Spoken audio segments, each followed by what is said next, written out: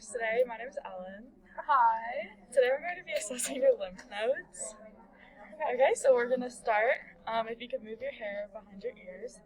Thank you. Closer. Okay, perfect. So first I'm going to start by assessing your preauriculars. Okay, now I'm going to be doing your postacular.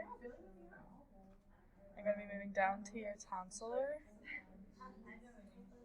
your submandible, and submental.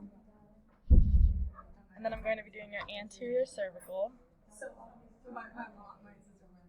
your posterior cervical.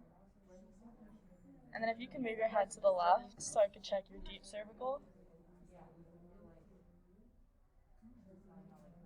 Okay, and then finally I'm going to be doing your occipital.